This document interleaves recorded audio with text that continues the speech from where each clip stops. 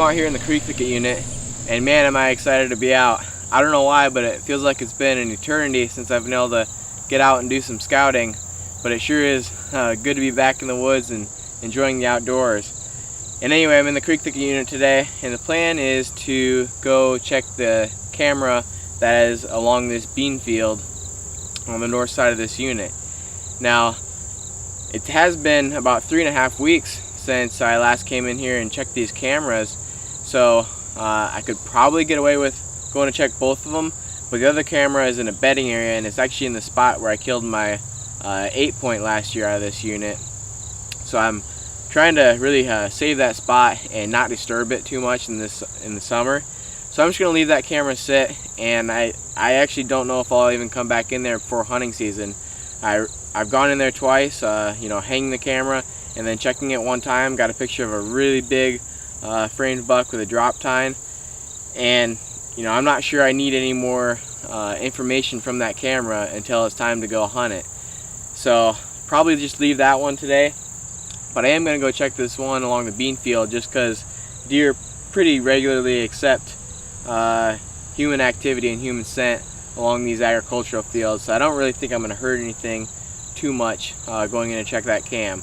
Now, the first time we went to check it, had a complete failure where it filled up its card in about one day just because of limbs blowing and getting in the way.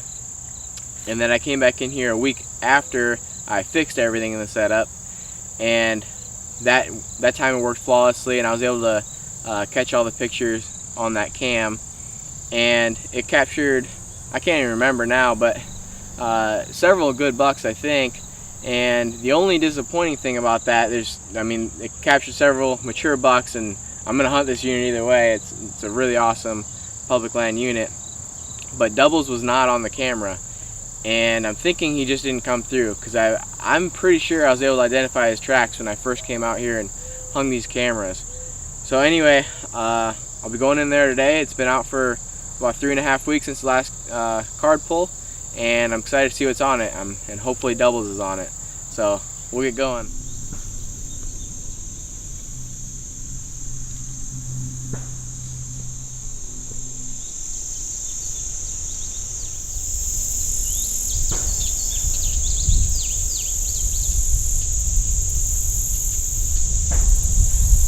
As I was sneaking along this bean field, I got to this little divider here with some grass and brush in it, and I looked out on the other side, and about 300 or 400 yards away there looks to be a buck feeding in these beans.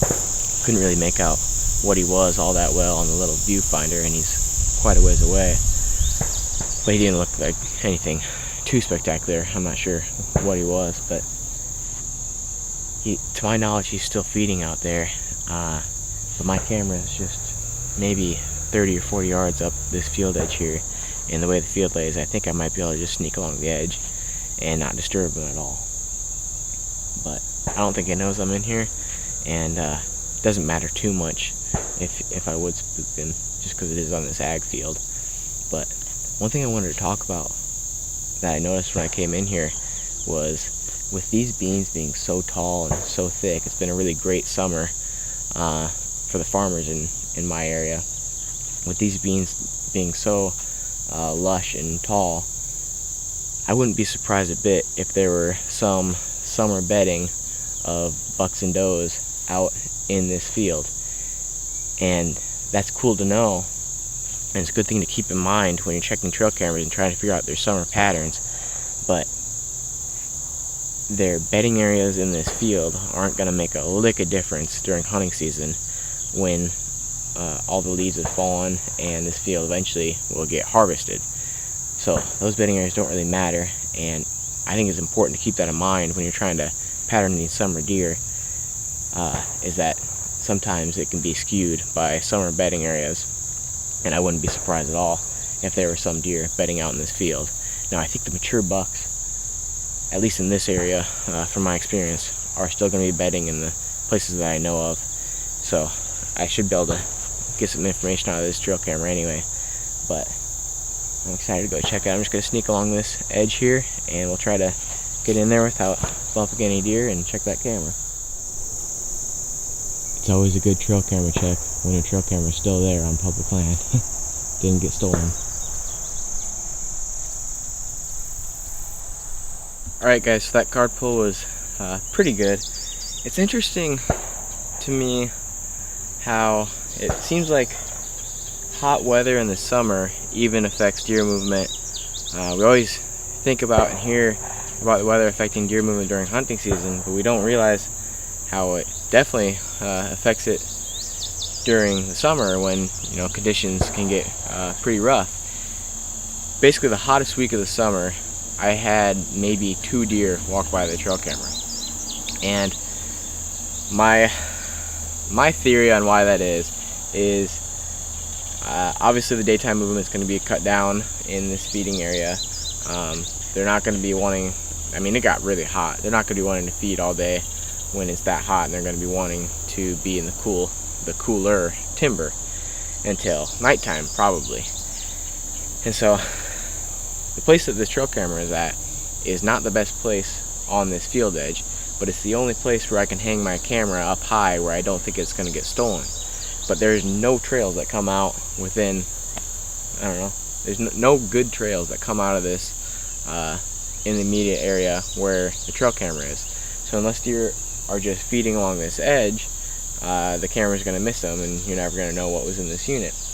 So what I think what was happening, back to my point, was these deer were waiting until nighttime to feed and until it got a little cooler, and then they would come out on any of their entrance trails into this ag field here.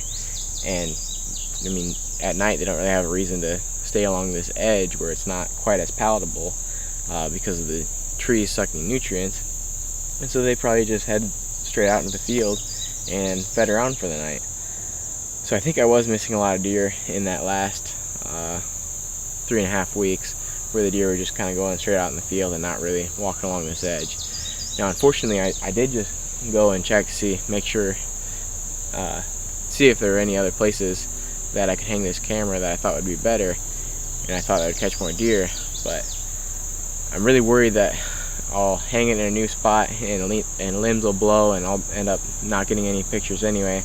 So I think I'm just going to leave it here. There's really not another good spot along this field edge where I can hang it.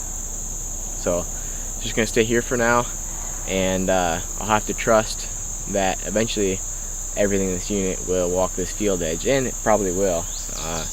Another thing, I should probably be coming to terms with the fact that doubles could possibly not be in here. I've really been trying to keep my hope up, and I'm not going to lose hope completely. But if you guys aren't familiar, it's just a giant deer that I had pictures of last year.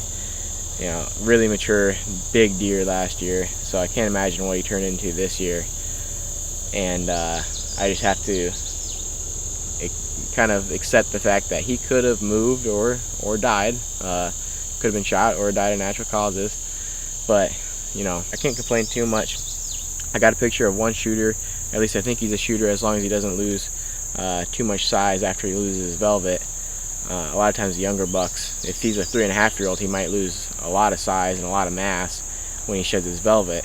But I mean, he's a pretty big frame 8-pointer that I had pictures of on the first trail camera check, and I think I'd be happy to shoot him. He's a pretty nice deer, but we'll just keep an eye on him, keep an eye on this unit. I'm gonna be hunting this unit either way. I know there's big deer in here. There always is, and I've got a lot of experience built up over a couple of years hunting this place, so I'm really excited to hunt it this fall and see what we can pull out of here. But I think that's gonna do it for today. I'm gonna get out of here. I'll review those pictures more at home, try to figure out what time they're coming through and see what's going on this area.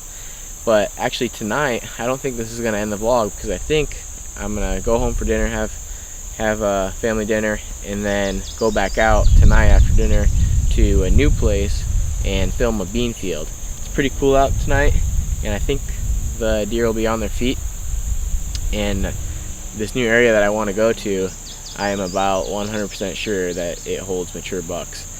I actually turkey hunted it a few times, and it's just a nightmare to access. It's a big marsh and a lot of ag fields around it, but it's just a nightmare when you go back in there, and I really don't think there's going to be a lot of hunting pressure in there. So I'm pretty sure it holds mature deer. So anyway, if I can sneak out tonight, I'll be bring you guys the footage from that outing. So anyway, till later, we're gonna get out of here.